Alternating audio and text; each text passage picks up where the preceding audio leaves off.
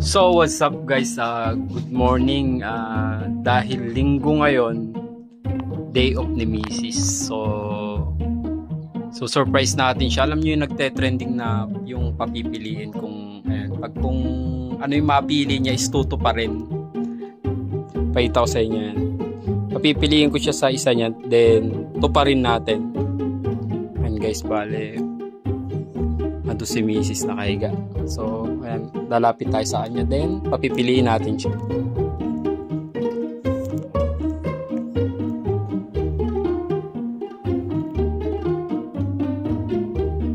Pili ka.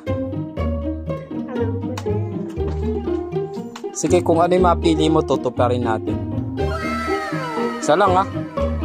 Isa lang ha. Sige, sige. Ano prank? Hindi prank to. Sige.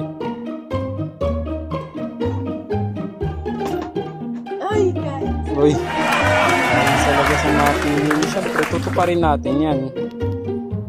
Okay. Oo, saan? Basta, sige. Sige, ano. Bis ka na. 12 seconds later. Oh.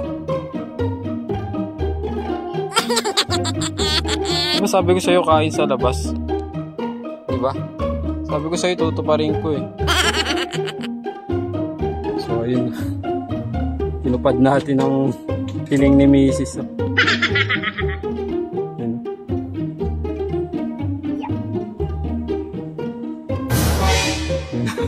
Okay.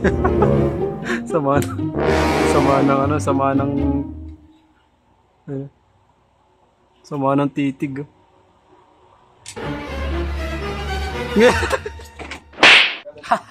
Sabi naman sa inyo eh, tutuparin nyo lang gusto ng mga misis nyo tapos aray! Oy, magsampay ka doon.